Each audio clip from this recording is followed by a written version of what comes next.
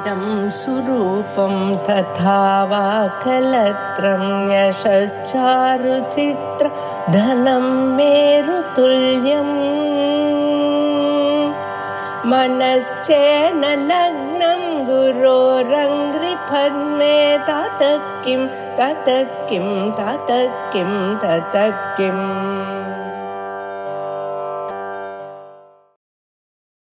முதல்ல ஆத்மபோத கிரந்தத்துல அதிகாரிய நிர்ணயம் பண்ணாரு. அதுக்கப்புறம் சிரவணத்துக்காக நிறைய தத்துவமசியாதி வாக்கியங்களுடைய சிக்னிபிகன்ஸ் எல்லாம் சொன்னார். அதுக்கப்புறம் மனனம் பண்ணணும்ன்றதுக்காக அவரே சில மனன ஸ்லோகங்களை எல்லாம் பண்ணி, அதுக்கப்புறம் நிதித்தியாசன ஸ்லோகங்களை எல்லாம் பண்ணிட்டார். அந்த நிதித்தியாசனம் ஆன உடனே இப்ப பிரம்ம வித்யாவுடைய பலனை சொல்றதுக்காக பிரவர்த்திக்கிறார். இப்போ நம்ம 44வது ஸ்லோகத்திலிருந்து இப்ப ஆரம்பிக்கிறேன். 43லயே ஞான பலத்தை சொல்ல ஆரம்பிச்சிட்டேன். இதுல 2 விதமான நிதித்தியாசனங்கள். முதல்ல சிரவணம், மனனம், நிதித்தியாசனம்னு 3. ஆத்ம ஞானத்திற்கு அந்தரங்க சாதனங்கள் அப்படின்னு சொல்றது சிரவணம், மனனம், நிதித்தியாசனம். பகிரங்க சாதனங்கள் கர்மா, உபாசனை, இதெல்லாம் பகிரங்க சாதனங்கள். ஆனா வேதாந்தமா ஸ்பெசிபிக்கா பண்ணக்கூடியது சிரவணம், மனனம், நிதித்தியாசனம். அதுல சிரவணம் அப்படின்றது என்னன்னா பிரமாண அசம்பாவனா நிராகரணம். பிரமாண அசம்பாவனை போகணும். பிரமாண அசம்பாவனைனா சயின்ஸை நம்புறதா இல்ல எதை நம்புறது, இப்போ வேதத்தை நம்புறதா கர்மகாண்டத்தை நம்புறதான்னு அநேக குழப்பங்கள் இருக்கும்போது இல்லப்பா வேதாந்தம் தான் பிரமாணம் அப்படின்னு சொல்றதுக்காக அதாதோ பிரம்ம ஜிஜ்ஞாசான ஆச்சாரியால் ஆரம்பிச்சு சூத்திர பாஷ்யம் எழுதினார். சூத்திரத்துக்கு பாஷ்யம் எழுதினார். அதுல அவர் சொன்னாரு, அதானே இதுக்கு அதிகாரி வேற, அதுக்கு அதிகாரி வேற, இது ஒரு பிருதக் சாஸ்திரம், இது ஞானத்தை பேசா கொண்ட போடைய சாஸ்திரம், இதுதான் மோட்சத்துக்கான பலம். பாக்கி சாஸ்திரங்கள் எல்லாம் எது வேணாலும் கொடுக்கும், இகப்பர ரோகங்களுக்கெல்லாம் போகத்துக்கெல்லாம் கொடுக்கறதுக்கு வருமே தவிர இது உங்களுக்கு ஆத்ம ஜானமானது மோட்சம் என்பது உங்களுக்கு வேதாந்த கிரந்தத்தினாலதான் வரும் அப்படின்னு சொல்லிட்டு சிரவணத்துல எல்லாத்தையும் எப்படி சிரவணம் தத்துவமசியாதி வாக்கியங்கள்லாம் சொல்லி இதுக்கெல்லாம் ஜெகத் காரணம் என்ன, உங்க பின்னாடி இருக்கக்கூடிய உங்களை இயக்கக்கூடியதான சைத்தன்யம் என்ன, அந்த காரணம் என்ன, இது 2 ஒண்ணுதான் அப்படின்னு சொல்லி சிரவணத்தை சொன்னார். அதுக்கப்புறம் மனனம், இது எப்படி இல்லாமல் இருக்கோம்னா எப்படின்னு உலகத்துல ஏதாவது திருஷ்டாந்தங்கள் இருக்கா அப்படின்னாக்கா ஆகாசவத்து திருஷ்டாந்தம் இருக்கு. இது ஆகாசமானது எப்படி இருக்கோ அது எதோடையுமே ஏக்கமாகவும் அத்விதீயமாகவும் நிராகாரமாகவும் இப்படி இருக்கு. அதே மாதிரி எல்லாத்துக்கும் அது அவகாசம் கொடுக்கறது. அதனால ஆகாசம் எப்படியோ அதே மாதிரிதான் பிரம்மமும் எங்கும் நிறைஞ்சிருக்கு. சர்வ வியாபியாகவும் இருக்கு, ஏகமாகவும் இருக்கு, நிராகாரமாகவும் இருக்கு. அதுக்கு கிட்டத்தட்ட எக்ஸாம்பிள் சொல்லணும்னா இந்த ஆகாசம் தான் எக்ஸாம்பிள் சொல்லணும்னு இப்படி நிறைய சொல்லி பிரமேய அசம்பாவனா போறதுக்காக நீங்க வேதாந்தத்துல சொன்ன விஷயம் என்னதான் நீங்க சிரவணம் பண்ணாலும் இந்த பிரமாணம் இதுதான்றது ஒத்துட்டோம். பாக்கி பிரமாணங்கள்லாம் பிரயோஜனம் இல்லை. பிரத்யட்சம், அனுமானம், உபமானம், அர்த்தாபத்தி, அனுபலப்தி, இந்த பிரமாணங்கள்லாம் இல்ல. சப்த பிரமாணத்துக்கு மாத்திரம் ஒரு அங்கீகாரம் கொடுத்து சப்த பிரமாணத்தின் மூலமாக இந்த வேதாந்த சிரவணம் பண்ணணும் அப்படின்னு தெரியும்னா அதுல ஒன்றும் டிஃபரன்ஸ் ஆஃப் ஒப்பீனியன் இல்லை, புரிஞ்சிருக்கு. ஆனாலும் பிரமேயத்துல ஒரு அசம்பாவனை இருக்கு. அது கரெக்டா இருக்குமா? என்னதான் சொன்னாலும் நான் எப்படி எங்கும் நிறைஞ்சவனா நான் இருப்பேன், நான் தான் இங்கதானே இருக்கேன், எனக்கு என்னதான் புத்தியானது மனசானது வேறன்னு தெரிஞ்சுதனா கூட எங்கும் பரவான இருக்கக்கூடிய பரபிரம்மமா நான் எப்படி இருப்பேன் அப்படின்னு பிரமேய அசம்பாவனை போறதுக்காக நிறைய இந்த மாதிரி மட்டும் உலகத்துல இருக்கிற பொருள்கள்லாம் ஜடமான பொருள்கள், உலகத்தில் இருக்கக்கூடிய பொருள்கள் எல்லாமே உங்களால் பார்க்கப்பட்ட பொருள்கள், உலகத்தில் இருக்கிற பொருள்கள் எல்லாம் வந்து போற பொருட்கள், உலகத்தில் இருக்கிற பொருள்கள் எதுக்குமே நித்தியத்துவம் இல்லை. அதனால இதெல்லாம் இல்லாத நிராகாரமாகவும் ஆகமாபாயினம் இல்லாததாகவும் எங்கு இருக்கிறதாகவும் நித்தியமாகவும் அனந்தமாகவும் சித்தாகவும் இருக்கக்கூடியது எதுவோ அப்படின்னு கூட சேர்ந்து மனனம் பண்ணோம். அதுக்கப்புறம் நிதித்தியாசனம் பண்ணாரு. எது சிரவணம் பண்ணாமோ எது மனனம் பண்ணாமோ இருந்தாலும் அந்த பை ஹேபிட் ரொம்ப வருஷமா பிறந்து நான் சின்னவன், எனக்கு ஒண்ணும் தெரியாது அப்படின்ற ஒரு ஹேபிட் நமக்கு இருக்கு. I am insecured person. எனக்கு எப்படி இருக்கும் நீங்க சொல்றீங்க சார், நான் எப்படி சார் எனக்கு நாளைக்கு எண்ட் ஆஃப் மை லைஃப்ல ஏதாவது ப்ராப்ளம் வந்துருச்சுன்னா யார் சார் கவனிப்பாங்க, எனக்கு துட்டு வேண்டாமா சார், இப்படி எல்லாம் ஒரு விபரீத பாவனை. ஏன்னா பகவான் மேல நம்பிக்கை இல்லை. எப்படியும் அந்த பிரம்மம் காப்பாற்ற நம்பலன்னு யாரும் நம்பல, ஆனா நம்ம எல்லாம் பகவானை நம்புறோம்னு சொல்லிட்டு இருக்கோம். இந்த மாதிரி ஒரு அனுபவத்தை எல்லாம் வரதுக்கு காரணம் என்னன்னா விபரீத பாவனை நம்மளுக்குள்ளேயே இருக்கு. இந்த விபரீத பாவனைன்றது சுவாமிஜி பரமார்த்தா ஹேபிட் பிரேக்கிங் எக்ஸசைஸ் தான் நிதித்தியாசனம்னு. Habit braking. இது ரொம்ப நாளா உங்களுக்கு பழக்கம். இது நான் சின்னவன் நினைச்சு, அதனால இந்த பழக்கத்திலேருந்து நீங்க திடீர்னு நீதான் மகாராஜான்னு சொன்னாக்க யாரும் ஒத்துக்க மாட்டேன்றான். இருக்கு சார், என்ன போய் சொல்றீங்க, எனக்கு இருக்கிற கஷ்டம் எனக்கு தானே சார் தெரியும் அப்படின்னு நம்ம சொல்லிட்டு இருக்கோம். இப்படி இந்த ஹேபிட் இருக்க இந்த விபரீத பாவனை போகணும்னு சொன்னாக்க நிதித்தியாசனம் அப்படின்னு வரும். நிதித்தியாசனத்துல 2 ரூப நிதித்தியாசனம் இருக்கு. பிரம்ம அத்தியாச நிதித்தியாசனம்னு ஒண்ணு இருக்கு. சமாதி ரூப பிரம்ம நிதித்தியாசனம் அப்படின்னு 2. பிரம்ம நிதித்தியாசனம் எப்படின்னாக்க திருப்பி இந்த மனநத்திலையும் சிரவணத்திலையும் என்ன கேட்கிறோமோ அதுவே ஞானமா நம்மளுக்கு நிச்சயா திருப்பி கேட்டு வந்தது போதே நமக்கு உள்ளே ஒரு நாள் இந்த பேலன்ஸ் வந்துடும், இந்த ஆத்ம ஞானம் வரும். எப்படி வருது அப்படின்னாக்க நீங்க சைக்கிள்ல என்னைக்கு பேலன்ஸ் உங்களுக்கு வந்தது, எந்த நிமிஷம் பேலன்ஸ் வந்ததுன்னு கேட்டா சொல்ல முடியுமா யாருக்காவது? ஆனா இப்ப பேலன்ஸ் வந்தது. அதே மாதிரி ஒரு நாள் இந்த பிரம்ம ஞானமும் நிச்சயமா ஆத்ம ஞானம் வரும், இதுக்கு வேற வழியே கிடையாது அப்படின்னு சொல்லக்கூடியது பிரம்ம ரூப நிதித்தியாசனம். இதே சமாதி ரூப நிதித்தியாசனம்னு சொல்லும் போது இப்படியும் சில பேருக்கு பிரதிபந்தங்கள் வருது. இவன் எவ்வளவு இன்டெலக்சுவலா என்னால பிடிக்க முடியல, அவளுக்கு வந்த வழி அவளுக்கு திருப்பி ஏதாவது ஒண்ணு பிற்காலத்துல அடையணும்ன்ற ஒரு ஆசையோடய சில பேர் நிறைய உபாசனைகள்லாம் பண்ணி யோகங்கள்லாம் அத்தியாசம் பண்ணி தான் வரணும்னு நினைக்கிறாங்க. இப்போ அவளுக்காகவும் அவர் என்ன சொன்னாரு, இந்த சமாதி ரூப நிதித்தியாசமும் சாஸ்திரத்துல ஒத்துக்கொள்ளப்பட்ட விஷயம் தான். இதுவும் உபனிஷத்தெல்லாம் அங்கங்க இருக்கு. விதித்த தேசமான ஒரு இடத்துல போய் உட்கார்ந்துட்டு நல்ல சிரசு கிரீவம் எல்லாம் உடம்பு எல்லாத்தையும் நேர வச்சுட்டு அப்புறம் தர்பாசனம், தர்பத்துக்கு மேல கிருஷ்ணாஜினத்தை போட்டு கிருஷ்ணாஜினத்துக்கு மேல ஒரு சிலையை போட்டு அப்படி உட்கார்ந்துட்டு அப்படி நிதித்தியாசம் டெய்லி கொஞ்ச நேரம் மெடிடேஷன் பண்ணி நான் தான் அகம் பிரம்மாஸ்மின்னு நினைக்கணும். நினைக்க ஒரு நாள் என்ன ஆகும், அது உழுதாகும். எப்படி நமக்கெல்லாம் நான் பிராமணன் நான் ஆம்பளைன்றது நம்மளுடைய உடம்புல எப்படி ஊறி இருக்கோ, எல்லாருக்கும் ஊறி இருக்கா, அது சந்தேகமே இல்லாம இருக்கோம். அதே மாதிரி அகம் பிரம்மா அப்படின்ற ஒரு அறிவானது நமக்கு வரணும். அந்த ஞானம் வர வரைக்கும் நீங்க பண்ணக்கூடிய மெடிடேஷனுக்கு பேரு சமாதி ரூப நிதித்தியாசனம். இப்படியும் நிதித்தியாசனம் பண்ணலாம் அப்படின்னு 2 விதமா சொன்னாரு. இந்த நிதித்தியாசனத்தினுடைய பலன் என்னன்னாக்கா அது எல்லாம் நான் தான் பிரம்மம் அப்படின்னு நினைக்கக்கூடியதுதான் பலன். தத்து கோமசி அப்படின்னு உபதேச வாக்கியத்தை கேட்ட மாத்திரத்துல அகம் பிரம்மாஸ்மி அப்படின்னு சொல்லிட்டு நாம நினைச்சு அதுவாகவே மாறுறது இருக்கோ அதுதான் நிதித்தியாசனம். அந்த சிரவண மனன நிதித்தியாசனங்களுக்கு பிறகு ஒரு மனிதனுக்கு வரக்கூடிய நிலை தான் ஜீவன் முக்தி நிலை, அதுதான் பிரம்ம ஜான நிலை அப்படின்னு சொல்லி அதை சொல்லும் பொழுது வித்யா பிரத்தியம் கவுன பிரத்தியம் அப்படின்னு 2 அறிவு நமக்கு இருக்கு. வித்யா பிரத்திய அறிவு அப்படின்னாக்க எப்படி இருக்குன்னா சிலதெல்லாம் நமக்கு தெரிஞ்சே பண்ணுவோம். இப்ப குழந்தைக்கு டீச் பண்ணும்போது என்ன சொல்றோம், கிழக்குல பார் சூரியன் இருக்கு அப்படின்றோம். ஆனா நம்ம உள்ளுக்குள்ள நமக்கு தெரியும் சூரியனாவது கிழக்குல இருக்கா, நம்ம என்ன சுத்திட்டு இருக்கோம், நம்ம இன்ஃபேக்ட் ஆப்போசிட்ல சொல்லிக்க கிழக்காவது மேற்காவது சூரியனுக்கு அப்படின்னு தெரிஞ்சா கூட அந்த குழந்தைக்கு நம்ம எப்படி சொல்லி தரோம், அது 2 விதமான அறிவு நமக்கு இருந்ததுன்னா கூட இந்த அறிவையும் யூஸ் பண்ணு. இது மித்யா பிரத்தியம், இது கவுன பிரத்தியம். இது தெரிஞ்சா கூட கவனமா வச்சுட்டு இவனுக்கு இது போதும் அப்படின்னு சொல்லி நம்ம பண்றோம். சில பேர் என்ன பண்றாங்க, இது தெரியாமே இருக்கான், இந்த உடம்புதான் ஆத்மா அப்படின்னு நினைச்சிட்டு விவகாரம் பண்ணிட்டு இருக்கான். இதெல்லாம் மித்யா பிரத்தியம், இவனுக்கு தெரியவே இல்லை. அவன் இது கண்டதே காட்சி கொண்டதே கோலம்னு நினைச்சிட்டு இருக்கிறவன் மித்யா பிரத்தியத்துல இருக்கான். யார் இந்த அறிவு உள்ளவன் இருக்கானோ அவனுக்கு இதுல ஏதோ விஷயங்கள் இருக்கு, இது இல்ல அது இல்லைன்னு தெரியவன் மித்யா பிரத்தியம். இந்த கவுன பிரத்தியம், இந்த கவுன பிரத்தியமானது திடமா இருக்கும் யாருக்கு, சன்னியாசிகளுக்கு. அவளும் விவகாரம் பண்ணிட்டு தானே இருக்காரு சார். இப்போ காஞ்சி பெரியவர் இருந்தாருன்னாக்க அவரும் எல்லாரும் அவருக்கு இதெல்லாம் தெரியாதா, எல்லாரும் நமஸ்காரம் பண்ணியிருந்தா அவரும் எல்லாருக்கும் எல்லாத்தையும் பண்ணிட்டு இருந்தார். கும்பாபிஷேகம்னாக்கா அவருக்கு அதுக்கு உண்டான செலவெல்லாம் பண்ணாரு. மடத்துல ஒரு காரியங்கள் நடந்தது, ஒரு விழா நடக்கிறதுன்னா அதுக்கும் அவருடைய பிரயத்தனங்கள்லாம் பண்ணாரு. அப்படின்னா ஞானம் வந்தாலும் பிரயத்தனங்கள்லாம் போகணும்ன்ற அவசியம் இல்லை. அவருக்கு இதெல்லாம் கவனப்படுத்துகிறது தெரியும், தெரிஞ்சு அவர் அதே மாதிரியே பண்ணாரு. அப்ப அவருக்கும் கர்மாக்கள்லாம் உண்டாச்சு. இப்ப 6 பேர் 4 பேர் நமஸ்காரம் பண்ணான்னாக்கா அவருக்கு பலன் வருது. இவர் நல்ல காரியங்கள்லாம் பண்ணிட்டு இருக்காரு அந்த உடம்ப வச்சுட்டுன்னா அதுக்கு உண்டான புண்ணியமும் எல்லா பிராரப்த கர்மாவும் நசிச்சு போயிடும், சஞ்சித கர்மாவும் நசிச்சு போயிடும், ஆகாமி கர்மா வராது ஞானிக்கு அப்படின்னு சொன்னீங்க. ஆனாலும் இதெல்லாம் பண்ணா உடம்ப வச்சுட்டு அவரும் காரியம் பண்ணும் போது மனசோட தானே ஐடென்டிஃபை பண்ணி பண்றாரு.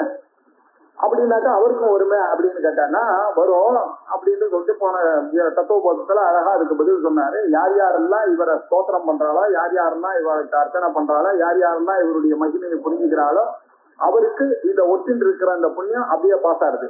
யார் யாரெல்லாம் இவாளை நிந்தனை பண்றாளோ, யார் யாரெல்லாம் ஃபைன் ஃபால்ட் பண்றாளோ அவளுக்கு இவா சொன்ன பாபமும் போய் அவர் ஜீவன் முக்தி நிலையில இருந்து விதேக முக்தி நிலை வரும்போது அவர் பிரம்மமாவே ஆயிடுறார் அப்படின்னு சொல்லி நம்ம தத்துவபோதத்துல பார்த்தோம். இதுதான் நிதித்தியாசனத்துடைய பலன். இந்த பலனை சொல்லும் பொழுது இப்ப 2 விதமா நம்ம உலகத்தை பார்த்துட்டு இருக்கோம். ஒண்ணு கான்சியஸா இருக்கக்கூடிய ஆத்மான்னு ஒண்ணு இருக்கு எனக்கு. 2வது என் மனசோட சேர்த்து நான் பாக்குறேன், கவன பிரத்யேகத்தோட சேர்ந்து பார்த்துட்டு இருக்கேன் உலகத்தை. அப்படி பார்க்கும்போது எனக்கு 2 காம்பனன்ட் இருக்கு என்னுடைய ஆக்டிவிட்டிஸ் எல்லாத்துலயும். ஒரு காம்பனன்ட் என்ன, இனத்து காம்பனன்ட் என்னுடைய மைண்டு புத்தி, அதோட பார்த்துட்டு இருக்கேன். இன்னொரு காம்பனன்ட் இருக்கு பின்னாடி இருக்கக்கூடிய ஆத்மா. அந்த ஆத்மாவானது எங்கும் நிறைஞ்ச கான்சியஸ்னஸ். அந்த கான்சியஸ்னஸையும் மெட்டீரியல் காம்பனன்ட்டையும் சேர்த்து நான் பண்ணிட்டு இருக்கேன். இது எப்படி சார் பண்ணிட்டு இருக்கேன்? அப்படி உலகத்துல உதாரணம் ஏதாவது இருக்கா அப்படின்னா, இப்போ லைட் இருக்கு. இந்த லைட்ல நான் இப்படி கை காமிச்சா உங்களுக்கு கை தெரியுது, கை அசைக்கிறேன் தெரியுது. இப்ப என்ன நீங்க அனுமானம் பண்ணீங்கன்னா லைட்ல என் கை தெரியுதுன்னு. இப்ப கையை எடுத்துட்டேன், இங்க லைட் இல்லையா? லைட் இருக்கு, ஆனா உங்களுக்கு அதை காமிக்கிறதுக்கான விஷயம் இல்லை இல்லையா? ஆனாலும் லைட் இருக்குன்றது தெரியாம இருக்கு உங்களுக்கு. லைட்டே இல்லாத மாதிரி இருக்கு. நம்ம கை இதெல்லாம் பொருளை பார்க்கும்போது தான் நமக்கு லைட் இருக்கு. ஆனா இதுக்கு நடுவுல அந்த லைட் இருக்கதானே இருக்கு. நீங்க அப்படி போனீங்கன்னா நீங்க போறதை எப்படி பார்க்க போறேன்? அந்த லைட் எதோடையாவது ஒட்டுறதா? எதோடையும் ஒட்டாத நிராகாரமான ஒரு லைட் இருக்கு. அதுல ஒரு ஆகாரம் வந்தது ஆனால் கண்ணுக்கு தெரியுது. அந்த ஆகாரம் போயிடுச்சுனால அந்த நிராகாரம் போயிடுச்சுன்னு சொல்ல முடியுமா? அதே மாதிரி நம்மளுடைய விவகாரங்கள்லாம் நம்ம பண்ணிட்டு இருக்கும் போது ஆத்மாவும் இருக்கு. அந்த ஆத்மா பிரதிபிம்பமா அந்த மனசுல பிரதிபலிக்குது. அந்த மனசு விவகாரம் பண்ணிட்டு இருக்கும் பொழுது நான் விவகாரம் பண்ணி கொண்டிருக்கிறேன் அப்படின்னு நினைக்கிறோம். இதுல 2 காம்பனன்ட் இருக்கு. அந்த ஆத்மாவும் அதுல இருக்கு. இந்த லைட் எங்க இருக்கிற லைட்டே இருக்கு, இந்த கையை காமிக்கிற இந்த விவகாரமும் இருக்கு. இப்படி இருக்கு. இந்த மாதிரி 2 காரியமும் இருக்கு. வஸ்துதாக இந்த ஆத்மாவானது நிராகாரம் தான் அதனுடைய வஸ்துன்றதை புரிஞ்சுக்கணும். இதெல்லாம் போற விஷயம்லாம் இது ஆகமா பாய் விஷயம். இதெல்லாம் தள்ள வேண்டிய விஷயங்கள். நீங்க தெரிந்து கொள்ள வேண்டிய விஷயம் என்னன்னா, உங்க பின்னாடி இருக்கக்கூடிய ஆத்மா எங்கும் நிறைந்ததாவது ஆத்மா அப்படின்னு சொல்றதுக்காக வந்தது. நிதித்தியாசனம் வழியில இப்படி எல்லாம் எடுத்துன்னு வந்தோம். இப்படி பண்ண உடனே இந்த ஆத்மா எப்போது இருக்கா? இன்னும் நிதித்தியாசனம் வந்தா கூட இந்த ஆத்மா அவனுடைய பலத்தை சொல்லும் போது நமக்கு சந்தேகங்கள்லாம் வருது. எங்க இருக்கு, எப்படி இருக்கு அப்படின்னு சந்தேகப்படுவோமே. ஆனால் அதுக்காக இப்போ என்ன சொன்னாரு, அருணேனேவ போதேன பூர்வம் தன் தமசே கிருதே ததா ஆவிர்பவேத் ஆத்மா ஸ்வயமேவ அம்சுமானிவ. எப்படி ஒரு சூரியன் உதித்த உடனே இருட்டானது எப்படி எங்கும் இல்லாம போயிடுச்சோ அதே மாதிரி இந்த ஆத்ம ஞானம் வரும்போது இந்த கேள்வி எல்லாம் நமக்கு இப்ப சந்தேகம்லாம் இருக்கு. எல்லா சந்தேகமும் எப்ப போகும் அப்படின்னாக்கா அந்த ஆத்ம ஞானம் வரும்போது தானா அவளுக்கு அனுபவ வேத்தியம் அது. அதனால எல்லாம் எப்படி போறதோ அப்படி போகும் அப்படின்னு ஞான பாதத்தினுடைய பலத்தை அப்படி சொன்னாரு. அத சொன்ன உடனே எல்லாமே இருக்கு சார், ஆனா அந்த ஆத்மாவை அடைய வேண்டாமா? நம்ம சொன்னா போதுமா அப்படின்னு சொன்னா அடைய வேண்டாமா? அங்கதான்ப்பா பிரச்சனையே இருக்கு. அடைய வேண்டாமா அப்படின்னு கேள்வி கேட்டேன்னா அவர் சொல்றாரு, ஆத்மா து சததம் பிராப்தா அபி அப்ராப்தவத் அவித்யா தன்னாசே பிராப்தவத் பாதி ஸ்வதண்டாபரணம் யதா. ஆத்மா எங்கும் நிறைந்ததான என்னுடைய இந்த ஆத்மா பிரம்மமானது டூ என்பதோ, டூனாக பூர்வபக்த ஜாகிரதி அர்த்தம் என்ன? ஆத்மாவோ என்றால் சததம் எப்பொழுதும், சதத்தம்னா நிரந்தரமா சாஸ்வதமாக இருக்கு. பிராப்தகா எப்பொழுதுமே பிராப்தமா தான் இருக்கு. நீங்க இருக்கிற காலத்திலேயே கேட்கிற காலத்திலேயே நீங்க ஆத்மாவா தான் கேட்டுட்டு இருக்கீங்க. ஆனா அது அப்பிராப்தவத்து இல்லையே சார் அப்படின்னா நீங்க அதை ஒத்துக்கலன்னாக்க நான் என்ன பண்றது? நீங்க ஆத்மா தான், ஆனா அப்பிராப்தவது என்ன நீங்க கிடைக்காதுன்னு நினைச்சிட்டு இருக்கீங்க. ஏன்? உங்களுடைய அதிர்ச்சியினால. அதிர்ச்சியினால நீங்க கேட்க நான் இல்லை அப்படின்றீங்க. எவ்வளோ தடவை சொன்ன கர்ணனுக்கு என்னாச்சு? அவன் தன்னை சூதபுத்திரன் தான் நினைச்சிட்டு இருந்தான். ராதேயன் தான் சொல்லிட்டு இருந்தான். ஒரு நாள் குந்தி அவனுக்கு சொன்னான், இல்லப்பா நீ தான் என்னுடைய புள்ள அப்படின்னு சொன்ன உடனே, நீ பஞ்சபாண்டவர் இல்ல, நீ தான் 6வது, இன்ஃபேக்ட் நீ தான் நம்பர் 1 அப்படின்னு அவன் சொன்ன உடனே என்ன சேஞ்ச் வந்தது? இது வரைக்கும் தன்னை சூதபுத்திரன் நினைக்கின்றான். ரொம்ப வருத்தம் எல்லாம் பட்டான். பாரு என்னால அர்ஜுனனை அடிக்க முடியலையே, ஒரு போர்க்களத்துல சண்டைக்கு போக முடியல என்னால. ஏன்னா ஒரு பெரிய ஸ்டேடியத்துல ஒரு எல்லாருக்கும் பஞ்சபாண்டவாளுக்கும் கௌரவாளுக்கெல்லாம் போட்டி நடந்தது. அதுல அர்ஜுனனை எதிர்க்கிறதுக்காக இவன் வந்தான். வந்த உடனே அங்க இருக்கிறவெல்லாம் சொல்லி இவன் போருக்கு வர முடியாது, ஏன்னா இவன் தேரவட்டியினுடைய பிள்ளை அப்படின்னாலும் ரொம்ப அவனுக்கு மனசு கஷ்டமா இருந்தது. ஏன்னா என்ன தேரோட்டி புள்ளன்றதுனால பண்ணிட்டானே. அன்னைக்கு ஒரு விரதம் எடுத்துட்டு அதுக்கப்புறமா போய் பரசுராமர் கிட்ட அவர் படிச்சாரு. அதுக்கப்புறம் அந்த வண்டி தொலைச்சி ஒரு மாட்டிட்டாரு. அது கதை தனி. ஆக அவன் சூதபுத்திரனா இருந்தவன் தான். ஆனா அவன் என்ன ஆச்சுன்னாக்கா ராதா புத்திரன்னு நினைச்சிட்டு இருந்தான் இவ்வளவு நாள். அதுக்கப்புறம் அவன் குந்தி புத்திரன்னு மாறினதுனால என்ன சேஞ்ச் வந்தது? ஒரு சேஞ்சுமே வரலையே. அவனா ஒரு கதை நான் ஏற்கனவே சொல்லியிருக்கேன். ஒரு பையன் வேடுவ பையன் ஒரு ராஜா என்ன பண்றாரு, ஊர்ல தகராறு வந்த உடனே எப்படியாவது இந்த ராஜபுத்திரனை காப்பாற்றணும்ன்றதுக்காக ஒரு கிராமத்துல கொண்டு போய் ஒரு வேடுவன் வீட்டுல அந்த குழந்தைய தூக்கி போட்டு எல்லாரும் போயிட்டாங்க. அந்த வேடுவங்கெல்லாம் விஷயம் தெரியாம அந்த குழந்தைய வளர்த்துட்டு இருந்தாங்க. அந்த பையனும் வேடன்னு நினைச்சுட்டே வளர்ந்துட்டு இருந்தது. எல்லாம் ஒரு 20-25 வருஷம் ஆச்சு. சண்டையெல்லாம் ஓட்டின உடனே எல்லாரும் அங்கேருந்து ஓடி வந்தாங்க. அந்த மந்திரம் இல்ல, இங்கதான் இந்த குழந்தைய நான் போட்டு போனேன், இங்க வாங்கன்னு உடனே அவளும் ஒத்துண்டா இந்த குழந்தை தான் அது இதை விளையாடிட்டு இருக்கானே அந்த பையன் தான். உடனே இவ எல்லாம் அந்த பையனை கூப்பிட்டு, அப்பா நீ வேடுவன் பையன் இல்லப்பா, நீதான் ராஜா அப்படின்னு சொன்னாங்க. ராஜான்னு சொன்ன உடனே அவனுக்கு அவ்வளவு சீக்கிரம் அதுக்கு மனசுக்கு புரியல.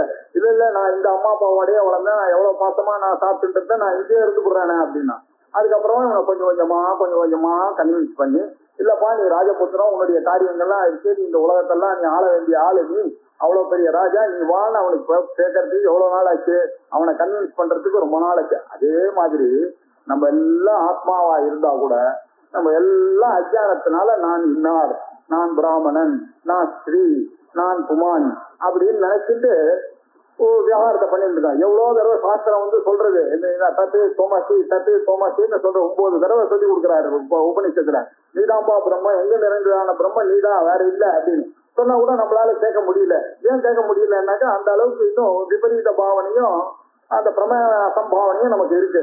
இந்த பிரமேய அசம்பாவனையும் விபரீத பாவனையும் போகணும் அப்படின்னாக்கா மனன நிதித்தியாசனங்கள்லாம் இது வரும்போதுதான் போகும். அது எப்படி போகும் அப்படின்னா, இப்பவே நீ பிரம்மன் தான் கேட்கற காலத்திலேயே, ஆனா நான் இல்லையே சார், நான் போய் பிரம்மனா அப்படின்னு நீ கேட்டாங்கன்னா நம்ம என்ன பண்ண முடியும்? அவாவா அதை புரிஞ்சுக்கிற வரைக்கும் வேற வழியே இல்லை.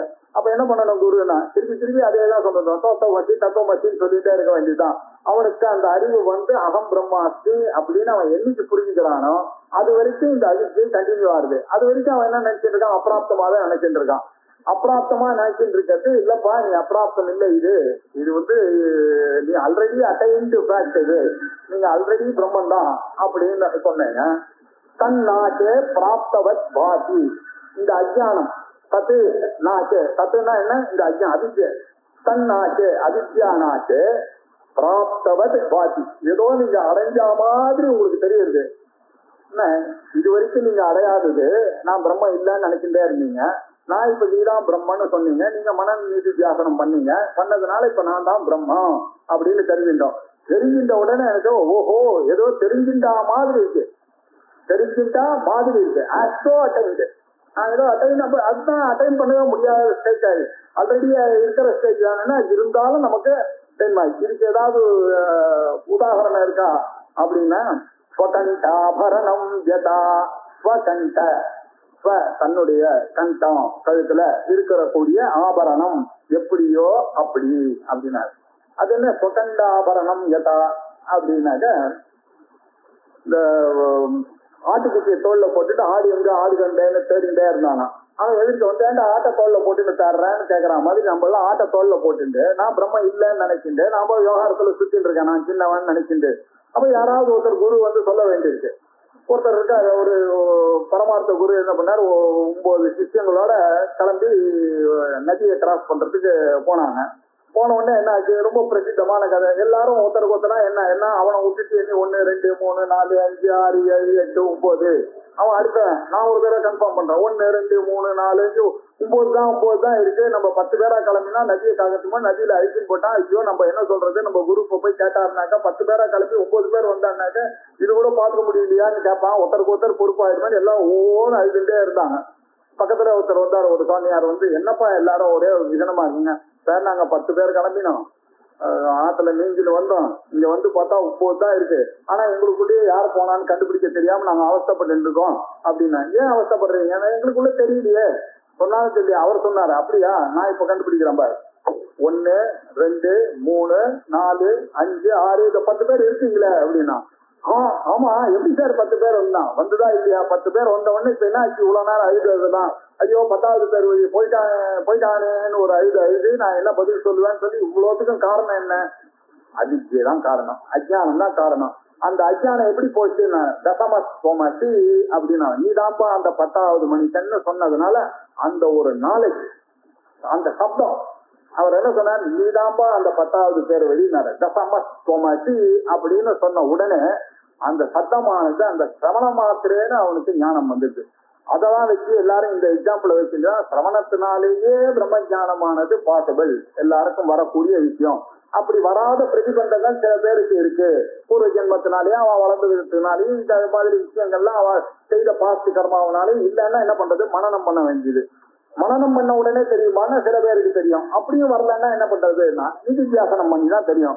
நிதித்தியாசனத்தினால எப்படி பண்றதுன்னா சொல்ற காலத்திலேயே சில பேருக்கு பிடிக்கிறது, அப்படியும் சில பேருக்கு பிடிக்கலன்னா என்ன பண்றதுன்னு கொஞ்சம் பிரயத்தனம் பண்ணு, யோகாபியாசங்கள்லாம் பண்ணி அவளுக்கு பிடிக்கிறது அப்படின்னு தசவஸ்தோமாசின்னா. இப்ப என்ன கிடைக்குது, ஏற்கனவே அந்த 10வது பேர் வழி காணாம போயிருந்தானா இப்ப கிடைச்சானா இல்லையே. அவன் போனான்னு இவன் அஜானத்தினால நினைச்சிருந்தான், இப்ப கிடைச்சான்னு அவனா புரிஞ்சுட்டான். இதே கதைதான் நம்மளுக்கும். நம்ம ஆத்மா இல்லைன்னு நினைச்சிட்டு அதை தேடிட்டே இருக்கோம், கடவுள் எங்க இருக்காரு எங்க இருக்காரு எங்க இருக்காங்க. விவேகானந்தர் போய் இவரை கேட்டாரு, ராமகிருஷ்ண பரமஹம்சர், கடவுளை பார்த்துக்கோ. ஓ நல்லா பார்த்துருக்கானேன்னாரு. அப்படியா அப்படின்னு ஒரு ஆச்சரியப்பட்டாரு. உட்கார உனக்கு நான் சொல்லி தரேன், உனக்கு பார்க்க வைக்கிறேன்னு வேதாந்தத்தை சொல்லி கொடுத்தாராம். அவருக்கு அப்புறம் தான் புரிஞ்சுட்டான் அவரு. என்னடா இவர் போய் கடவுளை பார்த்தேன்னு எப்படி சொல்றாருன்னா இந்த அர்த்தத்துலதான் அவர் சொன்னாரு. இப்படி நம்ம பார்த்திருக்கோம். இதுக்கு இவர் என்ன சொல்றாருன்னா ஸ்வதந்த ஆபரணம் யதா அப்படின்னா, இப்போ ஒரு மாமி இருக்கா, போய் ஒரு சின்னதா ஒரு செயின் போட்டிருந்தா, போய் ஃப்ரெண்டாத்துக்கு போனான். ஃப்ரெண்டாத்துக்கு போன உடனே அந்த மாமிக்கு அந்த செயினை காமிச்சான். அந்த மாமியும் அதை போட்டு பார்த்தான், நல்லா இருக்கான்னு போட்டு பார்த்தா, திருப்பி கொடுத்துட்டா வந்துட்டான். ஆத்துக்கு வந்தாச்சு.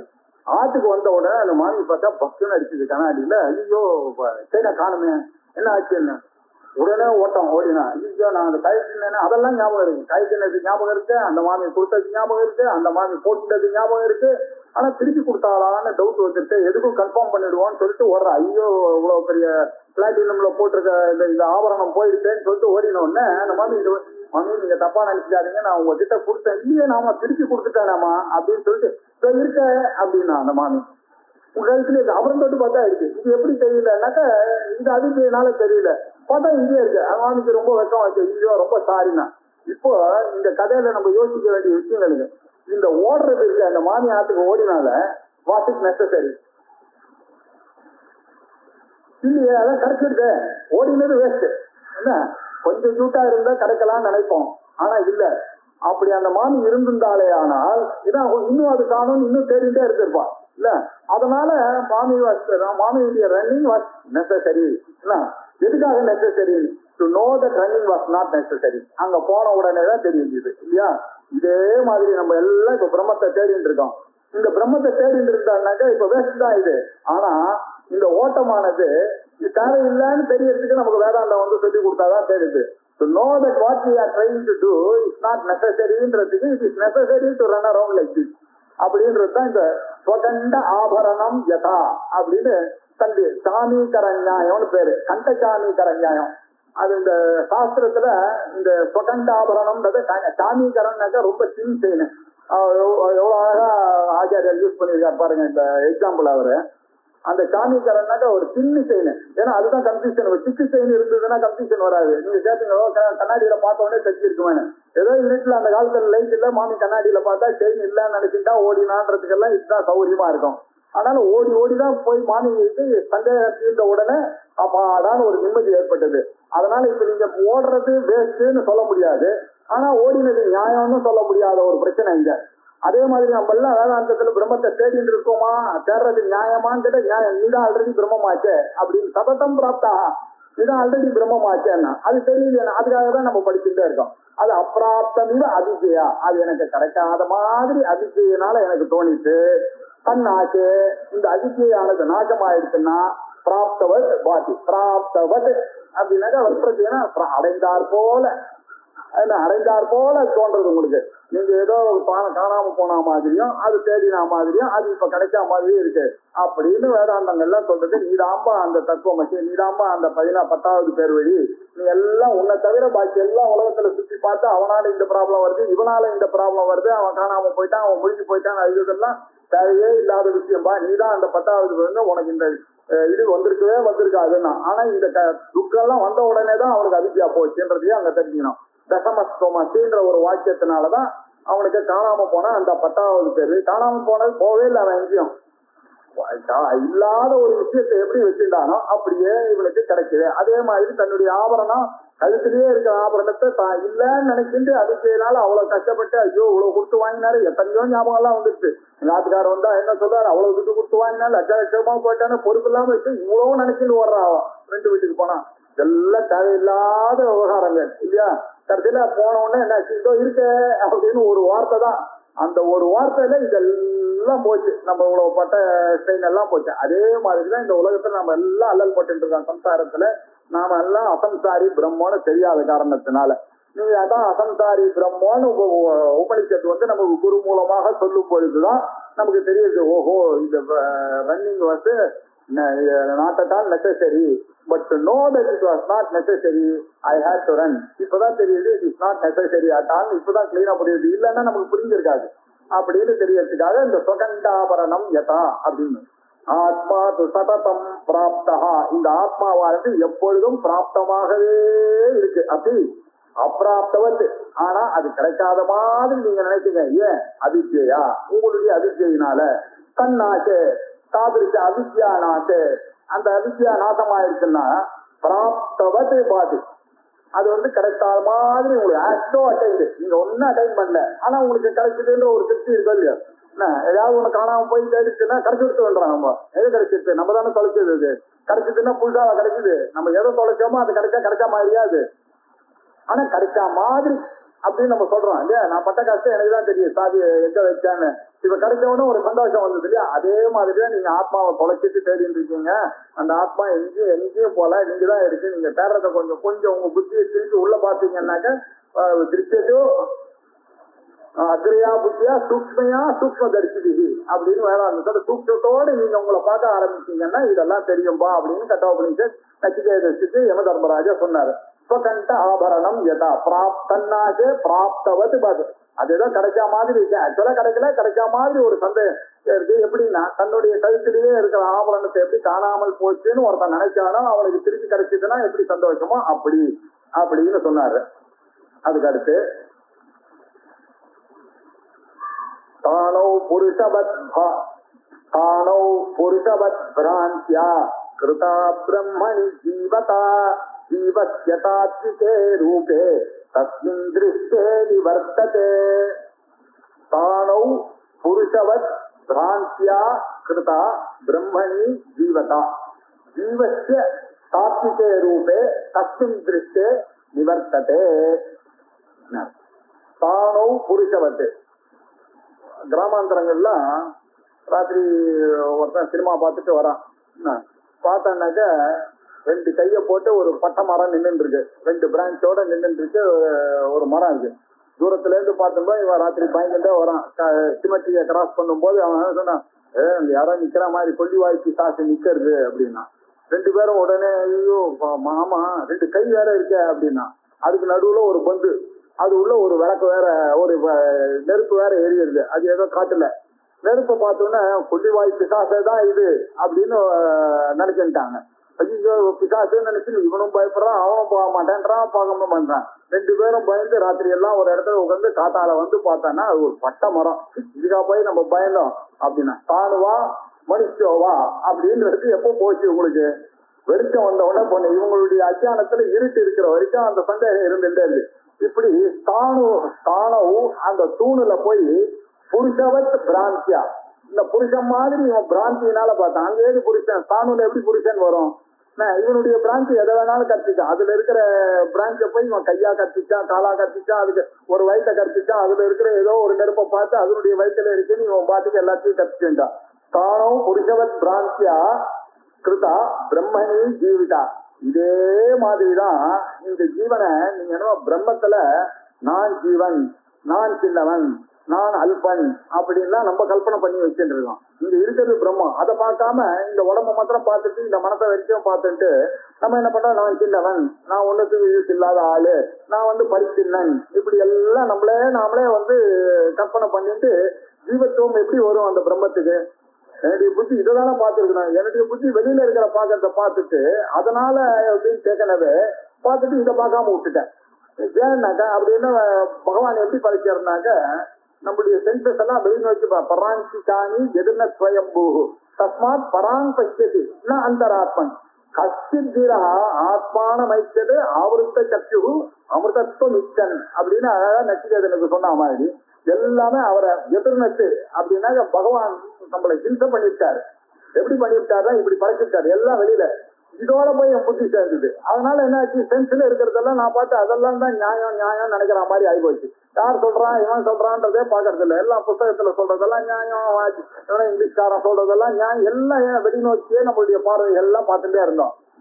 யாரோ ஒருத்தன் அறிவாளி தான் என்ன பண்றான், இதெல்லாம் இல்லைன்னு சொல்லிட்டு உள்நோக்கி பாக்குறான். கஷ்டித்து யாரோ ஒரு தீரகா, அதுவும் தைரியமான ஒரு புருஷன் தீரகா ஆத்மானம் ஐக்கியத்து உள்ளுக்குள்ள ஆவருத்த சக்தி, இந்த கண்ணு காது மூக்கு நாக்கு செவின்ற இது எல்லாத்தையும் புடிங்கிட்டு இது உள்நோக்கி பாக்குறவன் யாரோ அவனுக்குத்தான் இது தெரியுது இல்லையா? நம்ம எல்லாம் இந்த ஜீவத்துவம் எப்படி வந்தது, இவாளோட நம்ம சேர்ந்தான்னா வெளியில இருக்கிற பசங்க எல்லாம் எப்படி இருக்காங்க, உலகத்துல இருக்கிற பொருள் எல்லாம் அனித்தியமா இருக்கு, அதோட சேர்ந்தான்னா நானும் அனித்தியமாவே பார்த்துட்டேன். உள்ளுக்குள்ள இருக்கிற ஆத்மா நிச்சயமா ஒண்ணு எனக்குள்ளேயே எரிஞ்சிட்டு இருக்கு அப்படின்றத பார்க்கவே இல்லை.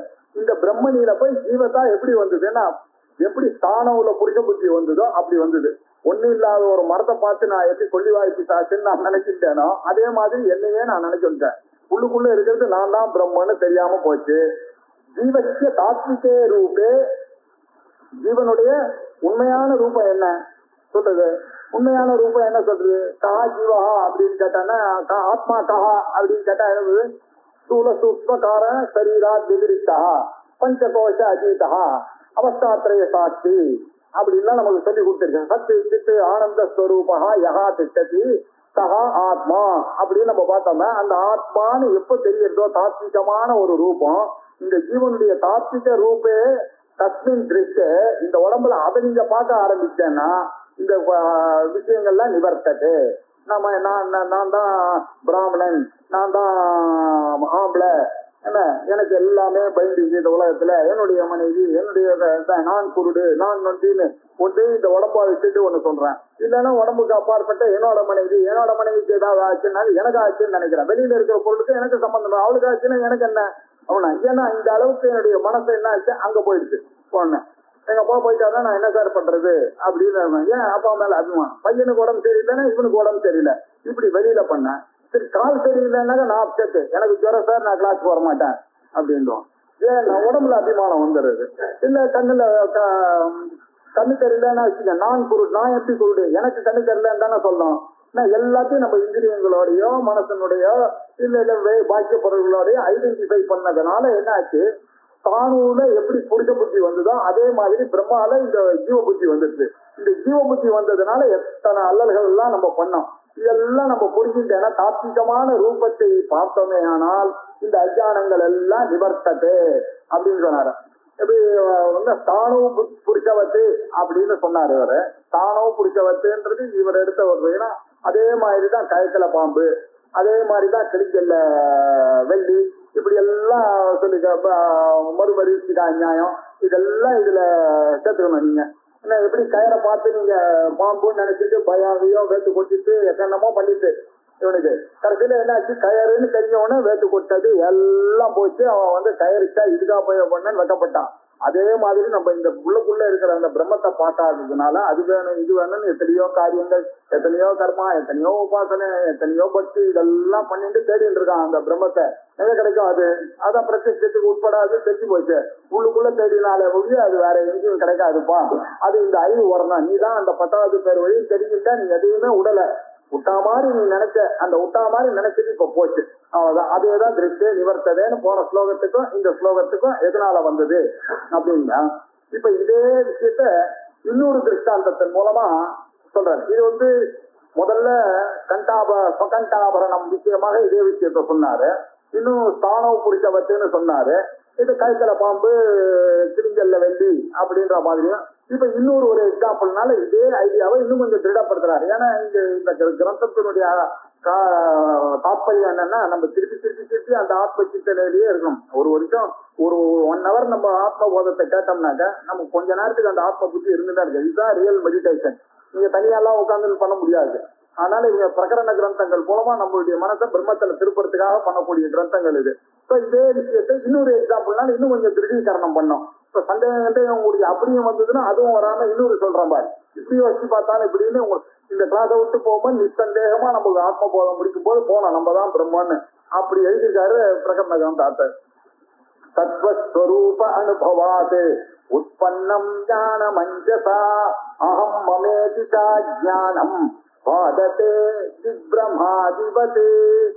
தத்வஸ்வரூப அனுபவாத் நம்மளுடைய தத்துவம் அப்படின்னா தத்துவம் அப்படின்னாக்க சாஸ்திரங்கள்ல ஒரு விஷயத்த தத்துவத்தை நிரூபணம் பண்ணோம்னாக்க ஒரு 6 மெஷரிங் ராட்ஸ் அதுக்கு கொடுத்துருக்காங்க. உபக்கிரம உபசம்ஹாரம், அத்தியாசோ, அபூர்வதா, பலம், அர்த்தவாதோ, உபபத்தீச்ச, லிங்கம், தாத்பர்ய நிர்ணய. இந்த தாத்பரியம் அப்படின்னாக்க தத்துவம் என்ன அப்படின்னு சொன்னாக்க ஒரு பொருளை சொல்லணும்னாக்க நான் ஒரு லெக்சர் கொடுக்கணும் அப்படின்னு சொல்லிட்டு கூப்பிட்டா அந்த லெக்சர்ல என்ன பண்ணா ஆரம்பத்திலையும் முடிவுலையும் நான் என்ன சொல்ல போறேன் அப்படின்றத சொல்லணும். நான் சொல்லி முதல்ல ஆரம்பிச்சுட்டு கடைசியா நான் இப்படித்தான் சொன்னேன், இதுக்காகத்தான் இந்த இது பண்ணணும்னு சொல்லணும். இது ஒரு லிங்கம். இது இருந்ததுன்னா அவர் தாத்பரியமா பேசுறார், தத்துவமா பேசுறார், இல்லைன்னா வேஸ்டினா இருக்கும். அதுக்கப்புறம் என்ன ஆச்சு அப்படின்னா நடுவுல நான் என்ன சொல்ல வரேனோ அதை அப்பப்போ கோடி பார்த்துட்டோம்னா இல்லைன்னா நடுவுல விட்டானாக்க இந்த மெசேஜ் போய் சேராது எல்லாருக்கும் இல்லையா. நான் எதுக்காக இந்த லெக்சர் கொடுக்குறேனோ அந்த லெக்சர் போய் சேராது. அதனால அதை திருப்பி சொல்லணும், அபியாசம் பண்ணணும். அபியாசம். 2வது ஒரு அபூர்வத்தான்னு ஒண்ணு இருக்கு. அபூர்வத்தானா உங்களுக்கு முன்னாடி தெரியாத ஒரு விஷயத்தை தான் நான் சொல்லணும். தெரிஞ்சதையே சொல்லிட்டே இருந்தான்னாக்கா நீங்க எதுக்கு கேட்க போறீங்க, தெரியாத சொல்லணும். ஏன் இது சொல்லணும்? அபூர்வத்தா இந்த லிங்கம் இருக்கணும். இதெல்லாம் அடையாளங்கள்னு பேரு. ஆரம்பத்திலையும் முடிவிலையும் அந்த தாத்பரியத்தை சொல்லணும், நடுவுல அதை சொல்லணும், ரிப்பீட் பண்ணணும். அதை சொல்ற அப்புறம் அதனுடைய அபூர்வத்தையை சொல்லணும். ஒய் லெக்சர் இஸ் நெசசரி, இல்லைன்னா எதுக்கு டைம் வேஸ்ட் பண்ணணும் நீங்க தெரிஞ்ச விஷயத்தையே அப்படின்னா நான் இதுல புதுசா சொல்ல போறேன், இதுல உங்களுக்கு சில பேருக்கு இந்த விஷயம் தெரிஞ்சிருக்காது அதனாலதான் இது சொல்றேன் அப்படின்றத நான் சொல்லணும். இந்த மாதிரி எல்லாம் அபூர்வத்தா சொல்லணும். அப்புறம் அபியாசம், அபூர்வத்தா, பலம். இதை கேட்டீங்கன்னா உங்களுக்கு என்ன பிரயோஜனம்? பிரயோஜனம் இல்லாம ஒரு காரியத்தை செய்வோம். மந்தோபின பிரவர்த்தத்தை பிரயோஜனம் அனுஷ்டிச்ச பிரயோஜனம் இல்லாம ஒரு மன்னன் கூட ஒரு காரியத்தை செய்ய மாட்டான். அப்படி இருக்கும்போது நீங்க எல்லாம் கேட்கறோம், நம்ம எல்லாம் கேட்கறோம்னாக்கா அதுக்கு ஒரு காரணம் இருக்கணும், ஒரு பலம் இருக்கணும். அந்த பலத்தை சொன்னோம். அபியாசம், அபூர்வத்தா, பலம். அதுக்கப்புறம் இந்த தத்துவத்தை நான் எடுத்து சொல்றதுக்காக I am permitted to use some advertisement. ஏன்னா அவ்வளோ பெருசுதா இது அப்படின்னு சொன்னா அவ்வளவு பெருசு நீங்க நினைக்க கூடாது. அவ்வளவு உத்தமமான விஷயம் இது அப்படின்னு சொல்றதுக்கு கொஞ்சம் மிகைப்படுத்துதல்ன்றது அலவுடு. அதை ஒரு கதையின் மூலமா சொல்லலாம். அர்த்தவாதம்னா கதை, வேதத்துல இருக்கிறதெல்லாம் கதை. இப்போ வாயுர்வை சேவிச்சா ஆலபேத்தான்னு ஒண்ணு இருக்கு. இவர் வாயு தேவகமாக ஒரு யாகத்தை பண்ணணும், ஒரு ஆட்டை வச்சுட்டு பண்ணணும் அப்படின்னாரு. அதை சொல்லி அது சம்ஹிதால படிக்கிறது. பின்னாடி பிராமணத்துல என்ன பண்ணுன்னா வாயு எப்படி வேகமா ஓடுறதோ அதே மாதிரி இந்த யாகத்தை இந்த யுக்தியை பண்ணான்னாக்கா அவனுக்கு வேகமாக பலன் வரும். பூஜி காமகா, யார் ஒருத்தவனுக்கு விபூதி வேணும், ஐஸ்வர்யம் வேணும்னு நினைக்கிறானோ அவன் இந்த யாகத்தை பண்ணணும் அப்படின்னு சொல்றதுக்கு இப்ப லிங்கம் என்ன ஆச்சு? அர்த்தவாதம். அதான் ஓடிதான் அவ்வளவு சீக்கிரமா வந்துடும் அப்படின்னா என்ன அர்த்தம்? ரொம்ப சிரேஷ்டம். வாயு தேவதாகமான ஒரு யாகத்தை பண்ணா உடனே பலன் கிடைக்கும். நீங்க அக்னி தேவதாகமா பண்றதை விட, சூரிய தேவதாகமா பண்றதை விட வாயு தேவதாகமா விஷயம் எல்லாம் பண்ணீங்கன்னா உங்களுக்கு ரொம்ப கஷ்டப்பட்டு இருக்கா. நீங்க ஆத்துல ப்ராப்ளம் வந்துச்சுன்னா என்ன பண்றதுன்னா அது ஒரு பரிகாரம். இந்த யுக்தி பண்ணுங்க, இப்படி பண்ணீங்கன்னா உங்களுக்கு குயிக்கா ரிசல்ட் வரணும். ஏன்னா உங்களுக்கு என்னைக்கோ ஒரு ரிசல்ட். இப்ப நீங்க அக்னிஹோத்திரம் பண்ணி சோமயாகம் பண்ணேன்னா என்னைக்கோ ஒரு ரிசல்ட். நான் செட்டு போன உடனே தான் சொர்க்கலோகம் எனக்கு கிடைக்க போறது. இப்ப எனக்கு என்ன பிரயோஜனம்? ஒரு ஸ்ட்ரெயிட்டா நிச்சயம் 1 லட்சம் ரூபாய் 2 லட்சம் ரூபாய் செலவு, எத்தனை சமித்தி செலவு, எத்தனை தர்ப செலவு, எத்தனை ருத்வீஷர்களுக்கெல்லாம் செலவு, அத்வரி வரணும், அவளை மேனேஜ் பண்ணா எல்லாம் துக்ககரம் தான். ஆனா எதுக்காக பண்றேன்னா என்னைக்கோ ஒரு நாள். அந்த மாதிரி எல்லா கர்மாவுக்கும் வெயிட் பண்ண முடியாது. சில கர்மாலாம் ஆத்துல அர்ஜென்டா வந்துச்சுன்னா நெருப்பு பிடிச்சுட்டு இருக்குனாக்க மொல்ல ஒரு சார் அடுத்த ஜென்மாலான்னாக்க நான் என்னதுக்கு அந்த கர்மாவை பண்ண போறேன்? வாயு தேவகமான இருக்கக்கூடிய யாகத்தை பண்ணா உடனே பலம் வருதுன்னு வேதம் சொல்றது இல்லையா. இதுக்கு பேர் அர்த்தவாதம் பேரு. அது விதிவாக்கியம். வாயுவை சேவிக்க வாயு தேவகமா யாகத்தை பண்ணுன்னு சொன்னது மந்திரத்துல சொன்னது விதிவாக்கியம். இது அர்த்தவாதம். அதோட சேர்த்து அந்த அர்த்தவாதத்தையும் விதி வாக்கியத்தையும் கனெக்ட் பண்ணீங்கன்னா ஒரு ஏக வாக்கியத்தை வரும். இப்படி அர்த்தவாதங்கள் இது அலௌடு. வேதத்திலேயே வந்த மெத்தட் தான் இது. அதனால ஒரு லெக்சர் நான் சொல்லும் போது அதை கொஞ்சம் மிகைப்படுத்தி சொல்லலாம், கொஞ்சம் வரும் அப்படின்னு சொல்றது அர்த்தவாதம். அப்புறம் உபபத்தி ரொம்ப முக்கியம். உபபத்தினா எது பேசினால லாஜிக்கலா இருக்கணும். நான் பாட்டி இல்லாஜிக்கலா ஒண்ணு சொன்னேன்னாக்கா எதையுமே ஒத்துக்க மாட்டாங்க. வந்தது காலை பிடிச்சது, முதல்ல வந்து பிடிச்சது, ஒரு சன்னியாசம் எடுக்கிறேன்னு அப்படியெல்லாம் சொன்னாக்கா லாஜிக்கலா சரியாவே வராது. அதெல்லாம் கதையா சொல்லலாம். அர்த்தவாதமா கேட்டேன்னா எல்லாம் சந்தோஷமா அதை கேட்டுப்பாங்க. ஆனா ஒரு புத்தி பூர்வமா பார்த்தானாக்கா அது எப்படி வரும்னாக்க அந்த இடத்துல தாற்பயங்கள் என்ன, இப்பவே இந்த ஜென்மா இன்னொரு பேர் உங்களுக்கு வந்து சன்னியாசம் கிடைச்சது, ஆனால் இந்த ஜென்மா போனதாகவும் இன்னொரு ஜென்மா கிடைக்கிறதாகவும் ஆயிடுச்சு. அதனால இந்த ஜென்மாவில் உங்களுக்கு என்னெல்லாம் பாவங்கள் வந்ததோ அதெல்லாம் போன மாதிரி புது ஜென்மாவை ஸ்வீகாரம் பண்ணதுனால அப்படின்னு இவ்வளவு விஷயங்களை சொல்றதுக்காக ஒரு கதையின் மூலமா அங்க சொல்றோம். அந்த தாற்பயம் அங்க எங்க இருக்குன்னாக்கா அந்த சன்னியாசாசிரமத்தினுடைய கிரேட்னஸ் சொல்லிக்கிறதுக்கு தான் அங்க தாற்பயமே தவிர முதல்ல கால பிடிச்சதுல தாற்பயம் இல்லை இல்லையா? எல்லா கதையும் அப்படித்தானே. நமக்கு ஆதி மூலமே அவர் கத்தினா உடனே விஷ்ணு வந்தாருனாக்க யார் கஷ்டத்துல இருக்காலும் அவளை பகவான் காப்பாற்றுவார்னு சொல்றதுதான் அந்த தாற்பயம் இல்லையா? அதே மாதிரி இந்த தாற்பயம் என்ன அப்படின்றத பார்த்தோம்னாக்க இந்த அர்த்தவாதம் மூலமாகவும் சொல்லலாம். ஆனா அது லாஜிக்கலா சொல்லணும். லாஜிக் இல்லாத ஒரு கதையை சொன்னா இந்த மாதிரி லாஜிக்காரத்துக்கு சான்ஸ் இருக்குன்னு உபபத்தினாக்க பொருந்துகிறது, பொருத்தமாக சொன்ன இந்த பொருத்தம் அப்படின்றது இருக்கணும். உபக்கிரம், உபசம்ஹாரம், அத்தியாசம், அபூர்வதா, அத்தியாசம், பலம், அர்த்தவாதம், உபபத்தி என்ன, இது இந்த 6 அடையாளங்கள் இருந்தாதான் ஒரு விஷயத்துல நம்ம தீர்மானத்துக்கு எடுத்துன்னு வர முடியும். தத்துவத்தை சொல்லுகிறார், அதுலதான் தாத்பரியம் இருக்கு அப்படின்னு சொல்றாரு. இப்போ இங்க வந்து தத்துவஸ்வரூப அனுபவா, இந்த தாத்பரியம் நன்றாக புரிஞ்சு அந்த தத்துவம் இன்னொரு அர்த்தம் தத்துவம் அப்படின்னாக்க அது நீங்க எவ்வளவு நாள் நினைச்சு கொண்டிருந்தீர்களோ அந்த பிரம்மம் ஓம் நீதான் தத்து தொம் அப்படின்ற ஒரு விஷயத்தை சொல்றதுதான் தத்துவம். அந்த தத்துவத்துல தத்து பதத்துக்கு மேல தொம் வந்ததுன்னாக்க 2 தா வருது. அந்த 2 தால ஹரிசான ஒரு சூத்திரத்தினால என்ன பண்ணிட்டாரு, 2 தா வரலாம் வராமையும் இருக்கலாம். தத்து தொம் அப்படின்னாக்க இவர் இங்க தத்து தொம்னு இங்க பிரிண்ட்ல 2 தா போட்டிருக்காரு. 2 தா போட்டதுனால தத்துவத்தையும் அது குறிக்கிற மாதிரி இருக்குன்றத காமிக்கிறதுக்காக சொல்றாரு. இல்லைன்னா தத்துவம் போட்டாலே போதும். தத்துவம் தத்துவஸ்வரூப அனுபவா, இந்த தத்துவமாக தெரிஞ்ச இந்த ஆத்மாதான் பிரம்மம் அப்படின்ற அந்த ஸ்வரூபத்தை அனுபவாது உற்பன்னம் ஞானம், இந்த அனுபவத்தினால உண்டான ஞானம், அஞ்சசா உண்டான ஞானம், உடனே எனக்கு வந்தக்கூடிய இந்த ஞானம், இந்த ஞானம் வந்துருச்சுன்னா என்ன ஆகும் அப்படின்னா அகம் மம இது அஜானம் பாதத்து, நானு எனது அப்படின்ற அபிமானம் எல்லாம் இந்த அத்தியாசத்தினால வந்த அபிமானம், நான் பிரம்மன்னு தெரியாததுனால நான் இந்த உடம்புல போட்டுனேன். இதனால எனக்கு என்ன ஆச்சு, என் ஃபேமிலி மேல ஒரு அட்டாச்மெண்ட் வந்தது. இதனால என்னுடைய உடம்பு மேல ஒரு அட்டாச்மெண்ட் வந்து, இதனால என்னுடைய புத்தி மேல வச்சேன். நான் ஒரு ப்ரொஃபஷனல், நான் ஒரு இன்ஜினியர், நான் ஒரு டாக்டர், இப்படின்ற அபிமானங்கள்லாம் எதனால வந்தது, அகம் மம அபிமானங்கள்லாம் வந்தது. காரணம் என்னன்னா அந்த பிரம்ம ஞானம் இல்லாததுனால நான் இந்த உடம்போடையும் இந்த மனசோடையும் ஐடென்டிஃபை பண்ணதுனால அகம் மம அப்படின்றது இது பியூர் அஜ்ஞானம். இது அஜ்ஞானம். ஏன்னா ஞானம் என்ன, தத்துவஸ்வரூப அனுபவத்தினால வரது உற்பத்தமானது தான் ஞானம். முந்தின லைன்ல சொல்லியிருக்கேன். இந்த ஞானம் எப்படி இருக்குன்னா அகம் மமன்றது என்ன, இந்த ஞானம் என்ன ஆகும், இது தப்பா வந்த ஞானம் ஆகமா பாய் வந்தது ஒரு நாள் போய்தானே ஆகணும். அதே மாதிரி ஞானம் வந்த உடனே இந்த நான் இது வரைக்கும் எது நடக்கிட்டு இருந்தேன்னா அது இல்லப்பா தத்துவமச்சின்ற அந்த தத்துவஸ்வரூப அனுபவம் வந்த உடனே அகம் மம அஜ்ஞானமானது பாதத்தைனாக்க போயிடுது. எப்படி போயிடுச்சுன்னா உங்களுக்கு காணும் நீங்க நினைச்சீங்க கிடைக்குது, கண்ட ஆபரணம் எங்க போச்சு, எங்க வந்தது, அதே மாதிரிதான் இதுவும் நானும் நீங்களா நினைச்சீங்க இந்த உடம்ப பார்த்து நானுன்னு, அது இப்ப போயிடுச்சு, நான் பிரம்மான்னு நினைக்கிறேன். இப்ப என்ன போச்சு என்ன வந்தது, ஒண்ணும் போல, வெறும் அந்த ஞானத்திலேயே அஜ்ஞானத்திலேயும் விஷயம் இருக்கு. நீங்கதான் தத்துவமா நீங்க புரியுனீங்கன்னா நீங்க தான் பிரம்மம், நீங்க இந்த உடம்பு இல்லைன்னு தெரிஞ்சுட்டாங்கன்னா இந்த அகம் மமத்தோட சேர்ந்து கூடிய விஷயங்கள் எல்லாம் எப்படி போச்சோ அப்படி போச்சு. பாதத்து இது எப்படின்னா திக்ரமாதிபதே, திக்ரமம் ஒருத்தன் போய் காட்டுல போய் மாட்டின்டான். ராத்திரி 7 மணி ஆயிடுச்சு. எந்த பக்கம் போறதுன்னே தெரியல. எப்படி போவான் அவன், இந்த பக்கம் போனா ரொம்ப தூரம்ன்றது தெரியும், இந்த பக்கம் போனா கிராமம், எந்த பக்கம் போனா கிராமம் வரும்னு தெரியல. இந்த 3 பக்கமும் போனா மைல் 10 மைல்ஸ் நீங்க நடக்கணும். ஆனா கிராமத்துக்கு பக்கத்துல இருந்தா இவன் வந்திருக்கான். இப்ப பொண்ணு எப்படி போனோன்றது திக்பிரமம் வந்துட்டோம். திக்பிரமம் எல்லாருக்கும் வருமோ இல்லையா, நமக்கு நல்ல நாள்லயே ஒரே இது இருட்டுல போய் நீங்க காட்டுல மாட்டிட்டீங்கன்னு வச்சுங்க, அங்க திக்ரமம் வந்துட்டு எப்படி வரும்னா அவன் என்ன பண்ணணும்னாக்க யாராவது விஷயம் தெரிஞ்சவன் வந்து இவனுக்கு சொன்னாதான் அது வரும். இப்ப அதுலயும் பிரச்சனை இருக்கு. பிரேதாரண்ய உபநிஷத்துல ஒரு வாக்கியம் இருக்கு. அவனை எடுத்துட்டு வந்து என்ன பண்ணா, ஒரு எங்க காந்தார தேசம் போனோம் அப்படின்னு கேட்டான். அங்க ரோட்ல இருக்கிற ஒரு வேடம் போது சாமி நேரம் இப்படி போங்கன்னா, இப்ப இந்த வார்த்தையை பிரமாணமா எடுத்துக்கிட்டு தான் வேணாமா அப்படின்னாக்க, இல்லைன்னா உங்களுக்கு வேற என்ன இருக்கு பிரமாணம்? வேற ஏதாவது வழி இருக்கா? இருக்கிறவன் ஒருத்தன் நீங்க அவ்வளவு தூரம் 2 மணி நேரம் அலைஞ்சி ராத்திரி எல்லாம் சுற்றும் போது 11 மணிக்கு ஒருத்தன் வந்தான், வந்து இப்படி போங்க சாமின்னு சொன்னா வார்த்தையை நாங்க நம்பர் தான் வேண்டாமா?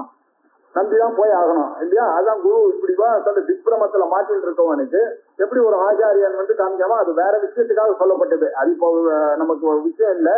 இங்கன்னா திக்ரமத்துல இருக்கிறவன் என்ன பண்ணான்னா, இந்த மாதிரி ஒருத்தர் வந்து அவருடைய ஒளி வார்த்தையினுடைய ஒளியினால என்னுடைய அஜ்ஞானம் போனோம், இல்லைன்னா I should wait for sunrise இல்லையா? சன் வந்த உடனே என்ன ஆச்சு, இருட்டெல்லாம் போச்சு, என்னுடைய ப்ராப்ளம் எல்லாம் போச்சு. இந்த வயசானவாளுக்கு எல்லாம் பாத்தீங்கன்னா ராத்திரி எல்லாரும் ஒரு சின்ன இருமல் ஜுரம் வந்துருச்சுன்னு வச்சுங்க, வயசான காலத்துல எல்லாம் பயந்துடுவாங்க. இதான் ராத்திரின்னு திடுக்குன்னு எல்லாத்தையும் பண்ணிட்டு பேங்க் பேலன்ஸ் என்ன பையனுக்கு சொல்லி இருமிட்ட ஒன்னும் ஆகாதுன்னு கடைசியில பாத்தீங்கன்னா சூரியன் வந்த உடனே என்ன ஆகணும், சாதாரண ஜாலியா அவர் பால் வாங்கறதுக்கு போயிடுவாரு. இருந்துட்டு ஒண்ணு இல்ல, அந்த ராத்திரில இப்படி ஒரு பயம் ஒரு திக்ரமத்தினால வருது. இந்த நைட்டுன்னு வந்ததுன்னா இவாளுக்கெல்லாம் எல்லாம் கலாட்டா பண்ணுவாங்க. காதால பார்த்தா நார்மலா இருப்பாரு, அவர் இவரான ராத்திரி தான் கலாட்டா பண்ணாருன்னு இருக்கும். இந்த திக்ரமம் வந்ததுன்னா எப்படி பண்ணனா எல்லா ப்ராப்ளமும் வரும். காத்தால சூரியன் வந்ததுன்னா எப்படி தெரியா போதும். அதே மாதிரி நம்மள இந்த ஆத்ம ஞானம் இல்லாத வரைக்கும் எல்லா ப்ராப்ளம் இது எந்த அது இது சாஸ்திரம் சம்பிரதாயம் எல்லாத்தையும் போட்டு மனசை போட்டு குழம்பிட்டு உட்கார்ந்துட்டு இருக்கோம். நீதான் பிரம்மான்னு தெரிஞ்ச உடனே இதெல்லாம் என்னன்றது அதனுடைய கவனப்பிரத்தியம் தான் இதெல்லாம் அப்படின்றது தெரியும். அப்படின்றதுக்காக இது இன்னொரு இது திக்ரமாதிபத். திக்ரமத்துல ஈடுபட்டவன் எப்படி அகம்மமா என்ற அஜ்ஞானம் போறதோ அப்படி இந்த திக்ரமா எப்ப போகும், சூரியன் வந்த உடனே எப்படி தமசானது எல்லா இருக்கையும் போச்சின உடனே இவனுக்கு சொஸ்தத்தை கொடுத்ததோ அப்படி இந்த ஆத்ம ஜானம் வந்த உடனே இவனுக்கு சொஸ்தமா ஆயிடுவான். அது வரைக்கும் இவன் என்ன பண்றான், தன்னை வீக்காகவும் தன்னை விசிஷ்டாவும் நினைச்சிட்டு அவசப்பட்டு இருக்கான் இந்த உலகத்துல சொல்றது.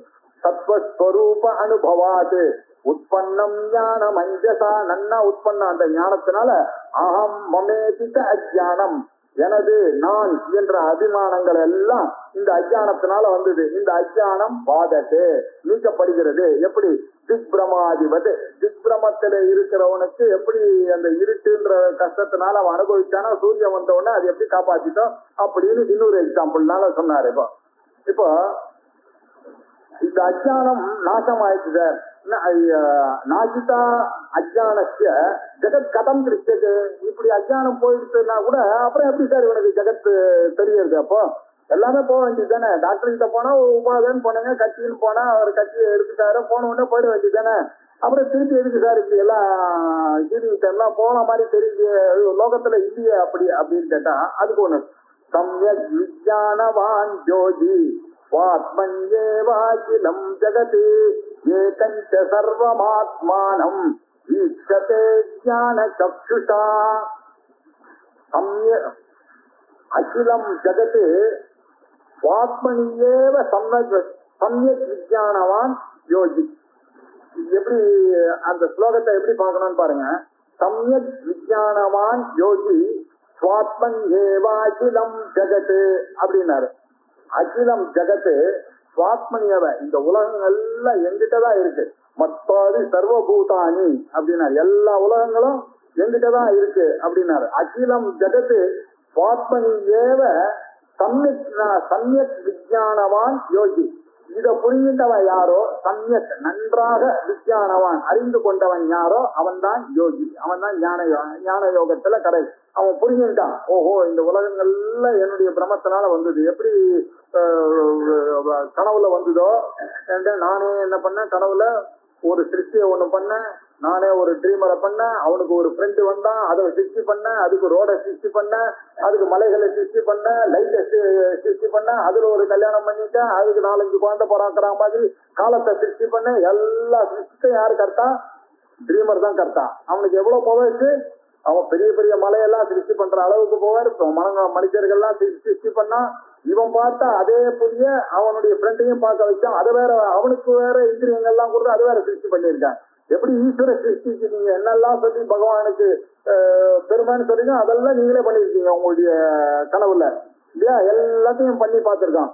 இது எப்படி கண்டுபிடிச்சீங்க? வேட்டிங் வந்த உடனே நீங்க என்ன கண்டுபிடிச்சீங்க? ஐயோ இதெல்லாம் கனவியா, அந்த ட்ரீம் அது எவ்வளவு கஷ்டப்பட்டான், எல்லாம் பைத்தியாரம் இல்லாத ஒன்ன பார்த்து இப்படி எல்லாம் பண்ண மாதிரி எப்படி இருக்கோ இந்த உலகத்தை நம்ம பாக்குறதெல்லாம் ஞானியானவன் எப்படி பார்க்க போறான், இதெல்லாம் இப்படிதான் இந்த சிருஷ்டி எல்லாம் அப்படின்னு தன்னுடைய சுவாத்மனியேவ அகிலம் ஜகத்து, இந்த உலகம் அகிலம் ஜகத்து, உலகத்துல இருக்கிற அமெரிக்காவுக்கு எவ்வளவு பெரிய எல்லாம் இருக்கு, என்னெல்லாம் வச்சு என்னெல்லாம் நான் கற்பனை பண்ணி வச்சிருந்தேன் எல்லாம் புசுக்குன்னு போயிடுச்சு. ஆத்மா ஞானம் வந்த உடனே, ஆத்ம ஞானம் வந்த உடனே சமயக் விஞ்ஞானம், நல்ல விஞ்ஞானம், இந்த வேதாந்தத்தினால வரக்கூடிய ஞானில இதை அறிந்தவன் யாரோ அவன் தான் யோகி. அவன் என்ன புரிஞ்சுக்கிறான்?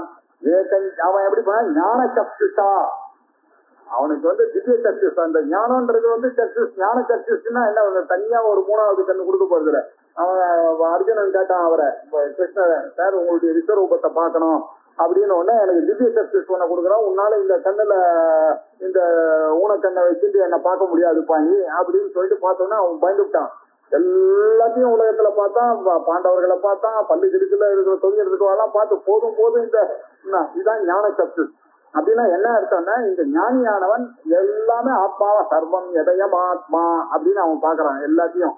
அவர் பகவத்கீதையில என்ன சொல்ற, ஞானம் வந்ததுன்றதுக்கு அடையாளம் என்னன்னா, எப்போ உன்னுடைய குருவியும் ஒரு குஷ்டரோகியும் ஒன்னா நீ பார்த்தா ரெண்டு பேருக்கு ஒன்னா கால் அலம்பி ரெண்டு பேரையும் ஒரே மரியாதை கொடுக்கற அளவுக்கு மனப்பக்குவம் என்னைக்கு வருதோ அன்னைக்கு உனக்கு ஞானம் வந்துருது அப்படின்னாரு. இப்படி ஞானம் வந்தவன் இருக்கும் எல்லாரையும் ஒன்னா பாக்குறான். அவன் உலகம் முழுக்க பாக்குறான், அகிலம் ஜெகத்தையும் என்னவா பாக்குறான், அவன் ஆத்மாவா தன்னுடைய ஆத்மாவா பாக்குறான், நான் தானே அது அப்படின்னு பாக்குறவன். எதனால பாக்குறான்னா இந்த அண்டர்ஸ்டாண்டிங்கோட பாக்குறவன் தான் ஞான சக்ஷுஷன்னா இந்த கண் இல்ல, ஞானத்தினால அந்த அறிவு அந்த அண்டர்ஸ்டாண்டிங் சிலதெல்லாம் நம்ம புரிஞ்சுக்கிறோம் இல்லையா. அந்த ஜோக்க புரிஞ்சுன்னு சிரிச்சானா அது போய் ஆராய்ச்சி எல்லாம் பார்த்தாங்கன்னாக்கா உங்களுக்கு ஜோக்கே இருக்காது இல்லையா. சிலதெல்லாம் அப்படித்தானே பார்க்கலாம். அப்படி அது புரிதல்ல தான் ஞான சக்ஷுஷ் இருக்கு. ஞான சக்ஷுஷ்னா ஏதோ புது விதமான கண்ணு நேர மூணாவது கண்ணு இருக்கும் நம்மளுக்கு அப்படியெல்லாம் நினைக்க கூடாது. ஞான சக்ஷுஷா சர்வம் ஆத்மானம் ஏகஞ்ச சர்வம் ஆத்மானம், ஒன்றாக இருக்கக்கூடிய எல்லாரும் நம்ம எல்லாம் ஒரே பிரம்மத்துடைய வடிவங்கள் தான், எல்லா உலகத்துல இருக்கிற சேரு காட்சி எல்லாம் நான் தான் அப்படின்னு சர்வம் ஆத்மானம் ஈச்சதே. அந்த கண்ணை வைத்துக் கொண்டு யார் பார்க்கிறானோ அவன் சர்வபூதஸ்தமாத்மானம் சர்வபூதானி சாத்மனி ஈச்சதே யோக யுக்தாத்மா சர்வத்திர சமதர்சனா அப்படின்னார் பகவத்கீதையில கிருஷ்ணர். சர்வபூதஸ்தமாத்மானம், எல்லா பூதத்திலையும் நிரம்பி இருக்கிறது ஒரு பொருள் தாங்க நிரம்பி இருக்கு, எல்லாத்திலையும் எதிர் இருக்கு, எல்லாத்துக்கும் ஆதாரமா இருக்கு, சர்வாதாரமாக இருக்கிறது பிரம்மன் தான். சர்வபூதஸ்தம் ஆத்மானம், என்னுடைய ஆத்மா தான் எல்லா பூதமா. சர்வபூதானிக்கு ஆத்மனை, எல்லா பூதங்களும் செஞ்சுட்டே இருக்கு. இது நீங்க அண்டர்ஸ்டாண்டிங் இந்த ஞான சக்தி இல்லைன்னா இந்த ஸ்டேட்மெண்ட்டே புரியாது. எல்லாத்துலயும் நான் இருக்கேன், எல்லாமே எங்கிட்ட இருக்குன்னா என்ன அர்த்தம் அப்படின்னா இதுதான் புரிதல். எல்லாத்துக்கும் ஆதாரமா எந்த பிரம்மம் இருக்கோ அந்த பிரம்மம் தான் நீயும் உனக்கு ஆதாரமா இருக்கிறதுனால எல்லாமே உங்ககிட்டதான் கல்பித்தோம். சர்வ ஜெகத்தும் உங்ககிட்டதான் கல்பித்தம் அப்படின்றத சொல்றதுக்காக சர்வபூதஸ்தம் ஆத்மானம், எல்லா பூதத்திலயும் ஆத்மா பரவி இருக்கு இல்லையா. எல்லாத்துக்கும் ஆதாரம் என்னவா இருக்கு, என்ன யார பார்த்தாலும் இப்ப கால சர்வதாரஹா அப்படின்னா எல்லாரையும் நீங்க பாத்தீங்கன்னா நம்ம உலகத்துல எப்படி விவகாரம் பண்ணிட்டு இருக்கோம், காலத்தை வச்சுதான் சொல்லுவாங்க. காந்தி பிறந்தார், காந்தி இருந்தார், காந்தி இந்த வருஷம் செத்து போனார் அப்படின்னு. நேரு பிறந்தார், நேரு இருந்தார், நேரு செத்து போனார், ஆச்சாரியால் இருந்தார், இந்த விஜயம் விட்டு இதார், முக்தி அடைந்தார். இப்படி எல்லாத்துலயும் காலத்தோட தான் சேர்த்து பண்ணியிருக்கோம். எது பண்ணாலும் காலம். உங்க ஆத்துக்கு வரான்னு சொன்னா உடனே ஒரு காலம், எத்தனை மணிக்கு வரீங்க இல்லையா. உங்க அப்பா எப்போ வருவானா எப்போ வருவார், பையன் பிறந்ததுன்னா எப்போ பிறந்தது, என்ன நட்சத்திரத்துல பிறந்தது, இதெல்லாம் காலா பேஸ்ட். உலகத்துல இருக்கிற எல்லா விவகாரமும் எதுல நடக்கிறது, காலத்துல நடக்கிறது அப்படின்றது நம்ம புரிஞ்சிருக்கோம். ஆனா இந்த காலம்ன்ற கான்செப்ட் எப்படி வந்தது, ஆரம்பமே உங்களுக்கு செகண்ட்ன்னு ஆகும். செகண்ட்னு அப்படின்னா அப்ப ஃபர்ஸ்ட் என்ன, செகண்ட் தானே, செகண்ட் மினிட் இதானே சொல்லிட்டு இருக்க. செகண்ட் என்ன ஆகணும், செகண்ட்னா அப்ப ஃபர்ஸ்ட் என்ன, அதுதான் பிரம்மம். அந்த காலத்துக்கும் ஆதாரமா ஒண்ணு இருக்கணும் இல்லையா. அது எங்கேருந்து வந்தது அந்த காலம், ஆகாசத்துலதான் எல்லாம் இருக்கு. இந்த உலகம் எங்க சிருஷ்டிக்கப்பட்டது, ஆகாசத்துல சிருஷ்டி பண்ணது, எல்லாத்துக்கும் அவகாசம் கொடுக்குறது. அந்த ஆகாசம் எங்கேருந்து வந்தது அப்படின்னா அந்த ஆகாசம் ஆத்மன ஆகாச சம்பூதா ஆகாஷாத் வாயு வாயோரக்னி அக்னேராபா அத்ய பிருத்திவி பிருத்திவியாமோஷதயா அப்படின்னு உபனிஷத் சொல்லிட்டு தத்துவத்தை நல்லா புரிஞ்சுக்கிறோம்பா. இந்த காலம்ன்ற கான்செப்ட் எங்கேருந்து வந்தது எல்லாத்தையும் கான்செப்ட் அந்த நெய்யாயிக்கம் காலம் தான் சர்வத்துக்கும் ஆதாரம்னா. அதனால அவன் என்னன்னா பதார்த்தங்கள்ல இந்த 9 திரவியங்கள்ல அதை சேர்த்து விட்டான். பிருத்திவி, அப்பு, தேஜோ, வாயு, ஆகாஷ, கால, திக்கு, டைரக்ஷனை கூட அதுல சேர்த்து விட்டான். மனசு, ஆத்மா இதெல்லாம் திரவியத்துல எல்லாம் இருக்கிற ஐட்டம் மேட்டர்னு சொல்லிவிட்டான். நம்ம என்ன மேட்டருக்கெல்லாம் பின்னாடி ஒரு காரணம் இருக்கணுமா, அந்த காரணத்தை பார்த்தேன்னா அவன் பார்க்கல சயின்ஸ்காரன். நம்ம தான் வேதாந்தத்துல சொல்ல அந்த காலத்துக்கும் காலம் ஜெகத் பக்தகா அப்படின்னா காலமானது ஜெகத்தை சாப்பிடுறது. என்ன நம்ம தயானந்தா ஒரு எக்ஸாம்பிள் ஒருத்தன் சொன்னானா, ஒரு பயில்வான் இருந்தானா, வந்தவொடனே இவனுங்க நீ யாரு அப்படின்னு கேட்டான். ஜஹாங்கான் அப்படின்னா இந்த உலகத்துல இருக்கிற எல்லாத்தையும் முழுகிறவன் நானு அப்படின்ற அர்த்தத்துல ஜஹாங்கான் அப்படின்னா. அதுக்கு இவன் சொன்னானா, அவர் தூ ஜஹாங்கான் துஜே கான் அப்படின்னா நான் உன்னை சாப்பிடுவேன். அதே மாதிரி இந்த உலகத்தெல்லாம் காலம் சாப்பிடுறது. ஆனா அந்த காலனை யார் சாப்பிட்றா? எங்க பரமேஸ்வரன் தான் சாப்பிடுறாரு. காலனாக இருந்து கொண்டு அந்த காலத்தையே சாப்பிடுறாருன்னா என்ன அர்த்தம்? காலன்ற ஒரு கான்செப்டுக்கு அப்பாற்பட்டதுதான் அந்த காட் கான்செப்ட்ன்றது நம்ம வச்சுட்டு இருக்கோம். அந்த கான்செப்டை வச்சுன்னு பார்க்கும்போது எல்லாத்துக்கும் அடிப்படையா இருக்கிறது அந்த கான்செப்ட் தான். எல்லாம் அந்த கான்செப்ட்ல தான் இருக்கு. எல்லாத்துலயும் அந்த கான்செப்ட் இருக்கு. இப்படி புரிஞ்சுட்டோம்னா சர்வபூதஸ்தமாத்மானம் சர்வபூதானிச்ச மம ஆத்மனி அப்படின்றாரு. நான் தான் எல்லாருக்கும் இருக்கேன், எல்லாம் நீங்க எல்லாம் எங்கிட்டதான் இருக்கேன், இதை புரிஞ்சுக்கோடா அர்ஜுனா அப்படின்னாரு. ஆத்மனி ஈச்சதே யோக யுக்தாத்மா சர்வத்திர சம தரிசனா. இது உன்ன மாதிரி ஆளுங்களுக்கு புரியல. ஆனா நிறைய யோகிகள்லாம் இருக்காங்க. அவெல்லாம் என்ன பண்றாங்கன்னாக்க ஈச்சத்தை இப்படிதான் பாக்குறாங்க. ஈச்சனம்னாக்க அந்த பாக்குற பார்வைய அந்த ஈச்சனம்னாக்க தமைச்சத பகுஜாம் பிரஜா ஏசினா சைத்தன்ய பூர்வமாக பாக்குறாரு. தத்வாதேவானுப்ராதிச்சதே அப்படின்னு அந்த ஈச்சனம் அப்படின்னாக்க சைத்தன்ய பூர்வமாக பார்க்கக்கூடிய ஒரு பார்வை ஈச்சதே. எப்படி? யோக யுக்த ஆத்மா, யோகத்துடன் ஞான யோகத்துடன், யோகம்னாக்க கர்ம யோகம், அஷ்டாங்க யோகம்னு வச்சிருக்காரு. யோக யுக்த ஆத்மா, இந்த ஆத்மா யோகத்தோட இந்த பிரம்மமும் ஜீவனும் ஒண்ணு. யோகனா யுனைட், ஜீவனும் பிரம்மமும் ஒண்ணு என்ற அந்த யோகத்தினால ஈச்சதே. அப்படி இந்த ஞான சக்தினால பாக்குறான். யாரோ சர்வத்திர, எல்லா இடத்துலயும். சர்வத்திரன்னா என்ன அர்த்தம்? ஒரு இடமா தேசம் காலம் எல்லாத்தையும் தாண்டி எங்கும் சர்வத்திர எப்படி பாக்குறா? சமதர்சனா. எப்படி பாக்குறாருன்னா சர்வம் எதயம் ஆத்மா இதம் சர்வம் எதயம் ஆத்மா அப்படின்னு பிருகதாரண்யக்கு சொல்றது. ஆத்மை இதம் சர்வம் அப்படின்னு சாந்தோக்கிய உபநிஷத்து. பிரம்மை இதம் விஸ்வம் அப்படின்னு முண்டகோபனிஷத்து சொல்ல. சர்வம் கல்விதம் பிரம்மா அப்படின்னு சாந்தோக்கிய உபநிஷத்து சொல்றது. இப்படி எல்லா உபனிஷத்தையும் இந்த தத்துவத்தை தான் சர்வபூதஸ்தமாத்மானம் சர்வபூதானி சாத்மனி ஈச்சதே யோக யுக்தாத்மா சர்வத்திர சமதர்சனா இது எதுக்தம் பகவத்கீதாது ததேவ இதத்வனிதம். அதேதான் இந்தியன் துவனியா சொல்லியிருக்கு.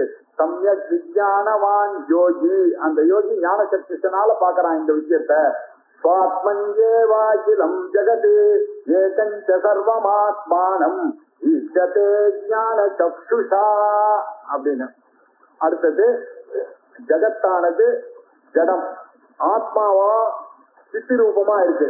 அது எப்படி சார் எல்லாத்தையும் இந்த ஆத்மா ஜடத்தையும் தன சைதன்யமா பார்த்தோம் அப்படின்னு சந்தேகம் வந்ததுன்னா, ஆத்மை வேதம் ஜெகத் சர்வம் ஆத்மனோ அந்யத் ந வித்யதே மிருதோ யத்வத்கடாதீனி ஸ்வாத்மானம் சர்வமீச்சதே.